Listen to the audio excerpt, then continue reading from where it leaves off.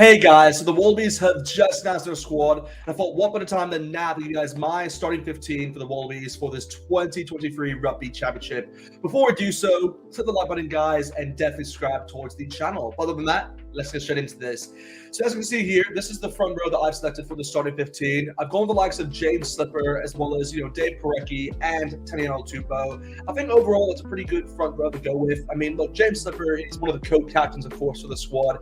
And yeah, his experience just, really will kind of persevere, I'd say, really when it comes towards those scrummages, because he's really important in kind of dictating who kind of wins those scrums, as we're seeing from the Brumbies, in terms of their season. And again, I've gone with the likes of Dave Parecki here at the number 2, because I think he's someone who has a lot of experience under his belt, and when you're comparing him against the other two, my hookers I could have gone with, the likes of Jordan Uwasi as well as Matt Fasler, I just think he's probably the best one to start off with, and then you can also bring in a young gun to kind of come off the bench. But in terms of Taniela Tupou, of course, he hasn't played, throughout the Super Rugby season, as he was out for a very long time with injury. But now that he's returned, I mean, in my opinion, he has to immediately start because he's that important for this Wallabies side, and his scrimmaging alone, as well as his ability, his ball handling ability, just makes him kind of an asset, I'd say, in terms of that front row. So he definitely gets in for sure. But again, towards the locks then. The locks I've selected for the starting 15. I've gone the likes of Nick Frost here, as well as Will Skelton. I think these two can probably be the best duo, in my opinion, because you've a bit of youth in terms of Nick Frost. So the brilliant season actually with the Brumbies, and really stood out, in my opinion, because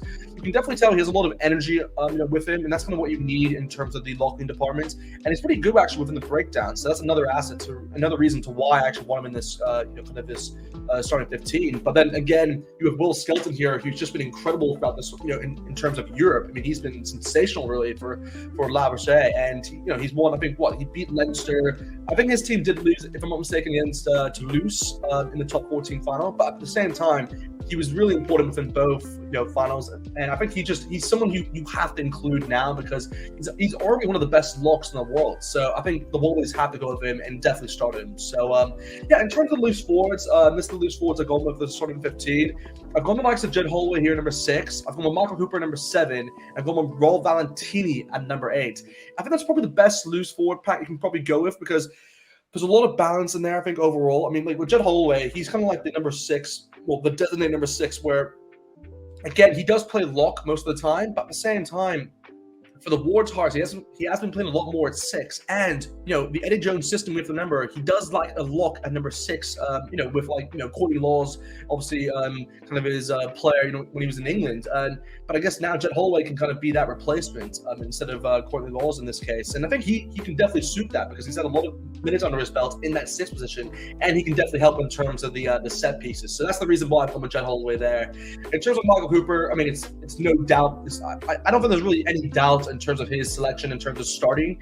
I think it's really just depends on the amount of minutes he'll get, because again, you do have someone behind him, which is Fraser McRae, who, again, I did actually want to include in the squad, but I just feel like he's not going to get into the starting 15. I just think when you have Michael Hooper, you really just can't put him ahead of Michael Hooper, in my opinion. Even though Michael Hooper, yes, he isn't in the form of, as what we've seen in the past, but I still think you have to go with him. And again, he's another co-captain, of course, in the squad, so his leadership skills alone will actually just help him. Will help them throughout the whole games. He has to be in this squad no matter what. And again, you have the likes of Raul Valentini here, who, again, he's just he's a freak of nature. That's really what I can say about him. He's really good within the breakdown, and that's going to be a vital asset, obviously, in his game. But also, he's just really good in terms of carrying the ball. I'm not going to say he's as good as Harry Wilson, who the Wallabies did neglect actually in the squad, but at the same time, he can definitely gain a lot of carry meters for them. So that's another reason why I've selected him at number 8. But in terms of the back line, of course, this is the back line I've gone with. I've gone the likes of the 9-10 combination of Nick White as well as Quade Cooper. I think they need a lot of experience under their belt in terms of these two positions. In the past, we've seen a bit of a I guess like a balance where you have more of a young gun with either the 9-10, and then you have more of an experienced player, which in my opinion is actually what I prefer. I mean, if I was making the team I would really want, I would personally put Taylor Dermot, but I know that he's really more of an impact player, so I think it just makes more sense, in my opinion, to go with Nick White at number 9. Again, like I said, a lot of experience under his belt, so you've got to go with him in my for what it is. Again, you have Quade Cooper, who's just Yeah, I mean, he is definitely the first choice 10. I don't really see anyone kind of overtaking him in that step because you do have Carter Gordon, of course, who was selected, as well as Ben Donaldson. But I think for the meantime, Eddie Jones will stick with his guy, which is, Quade Cooper. He knows all the tricks under his book. So I think it makes sense to go with a guy who has a lot of experience and will be able to kind of dictate the play throughout the back line and create opportunities in that sense. So yeah, Quade Cooper is my guy in that 10 spot. In terms of the centers, I've gone the likes of Samu Karevi as well as Len Ikatal. I think this is probably the combination which I think most Wallaby fans will be happy with because it's one of those combinations where there's a lot of balance in between because, Karevi is really more of the powerhouse, kind of the play. I'm not going to say he's the playmaker, but he's just more of like the offloader. It's kind of like a Sonny Bill in that sense where he's able to kind of create gaps within defenses and, have a lot of clean breaks, to say the least. But with that, obviously allowing more opportunities for the back line to kind of break through the lines. So I think he's definitely someone who will be in that 12 spot for sure. I think he is going to be recovered in time, obviously, for the first game. So that's the reason why I have included him in this team. Again, Len Ikatal, I had to go with him. I mean, there's not really any other player I could have gone with in terms of form because he's definitely the best 13, I'd say, from the whole Super Rugby competition for out of all the Australian sides. So yeah, he has to be there. And again, he's very consistent. That's the one thing which I really like about Len Ikatal. He never really has a bad game for you. He always does like a 6 out of 10 performance no matter what. So yeah, Len Ikatal is my guy for that position. I guess for the we'll go off towards the back three, which is kind of the final positions here. This is where it was a bit difficult, but I have come to the likes of Marika Corbetti at number 11. I think that's a hands.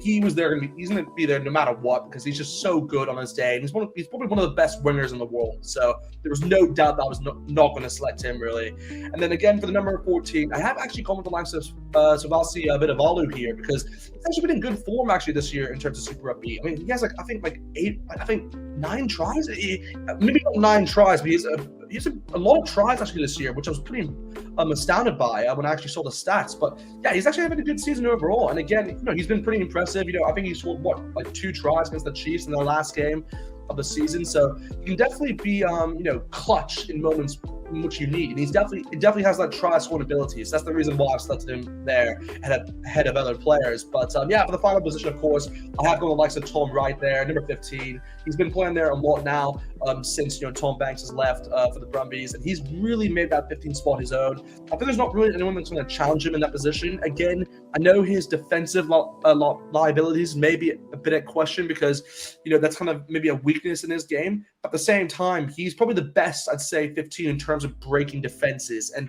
it's always good to have a player like that, in my opinion. And his kicking game actually is improved throughout this whole year, so that's another reason why I actually like him. Again, if I had to put someone else maybe in his position, you could maybe put Reece Hodge, but I don't know. I mean, I would still go with Tom Wright here, guys. I'll still give Tom Wright a game to start off with, and if it doesn't work, then you can switch Reece Hodge in. But for the meantime, I think Tom Wright is probably the right decision. But yeah, that's it, guys. That is my starting 15 for the Wallabies for this 2023 Rugby Championship. Let me know in the comments, guys, if you agree or disagree. I mean, look, there could be some players in there which have missed out. I mean, if I had to make a bench, I mean, I could maybe go with the likes of, I don't know, you can go with like Matt Gibbon, you can go with like Matt Fazler, you can probably go with like Pom Foniasi, maybe like who else? Katie Neville. Yeah, I'll probably put Katie. Oh, actually, there's also I'll probably put Katie Neville. And you probably have like what? I'll probably put 2. I'll probably go with a 6-2 splits. I'll probably go with like Fraser McBride as well as Pete Samu, and then I'd probably go with Tate McDermott as well as Reece Hodge. So that's probably like the bench that I would go with. But yeah, let me know in the comments what you guys think. Other than that, hope you guys enjoyed the video, and yeah, see you guys next time. Feel I'm in the mood for a switch up. I hit the function, hit the rose till I hiccup. I hit the stage and leave with money that's a sticker. She picture perfect, so I told him I'm a flicker. Feel I'm in the mood for a change up. I leave the city and return with my change up.